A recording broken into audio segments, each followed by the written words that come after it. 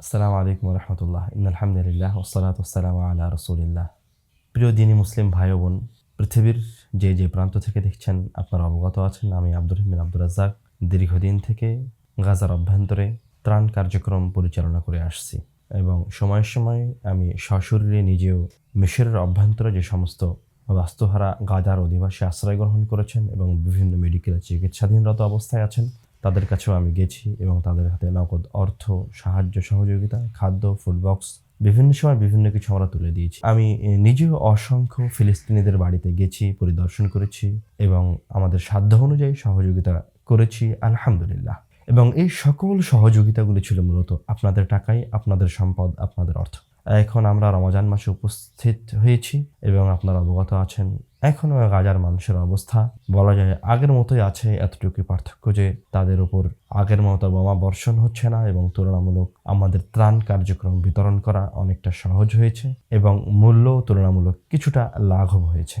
দিন মুসলিম ভাই বোন, রমাদান মাস আমলের মাস, রব্বুল আলামিনের ইবাদতের মাস, ক্ষমা নিয়ে বের হয়ে যাওয়ার মাস, আল্লাহর কাছ থেকে রমাদান মাস থেকে বের হওয়ার সময় জাহান্নাম থেকে মুক্তির সার্টিফিকেট নিয়ে বের হয়ে যাওয়ার মাস। এমনকি আল্লাহ রাসূল তুচ্ছ তাচ্ছিল্য করেছেন যে ওই ব্যক্তির নাক ধুলোয় ধূসরিত হোক বা ওই লোক ক্ষতিগ্রস্ত যে ব্যক্তি রমাদান পার করে ফেললো অথচ ক্ষমা অর্জন করতে পারলো না বা জাহান্নাম থেকে মুক্তি পেল না। আর ইবাদতের মাঝে এবং জাহান্নাম থেকে মুক্তি পাওয়ার সবচেয়ে শক্তিশালী যেই মাধ্যম, অসংখ্য ইবাদত আছে কিন্তু সবচেয়ে শক্তিশালী যে মাধ্যম সেটা হচ্ছে দান।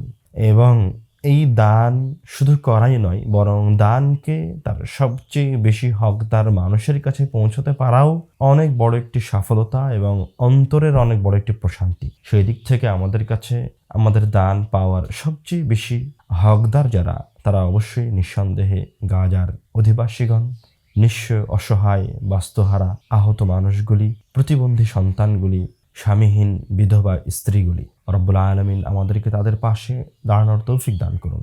এই রমজানকে সামনে রেখে আমরা গাজার পরিবারগুলির হাতে হাতে ফুড বক্স বা ফুড প্যাকেট পৌঁছে দেওয়ার পরিকল্পনা গ্রহণ করেছি।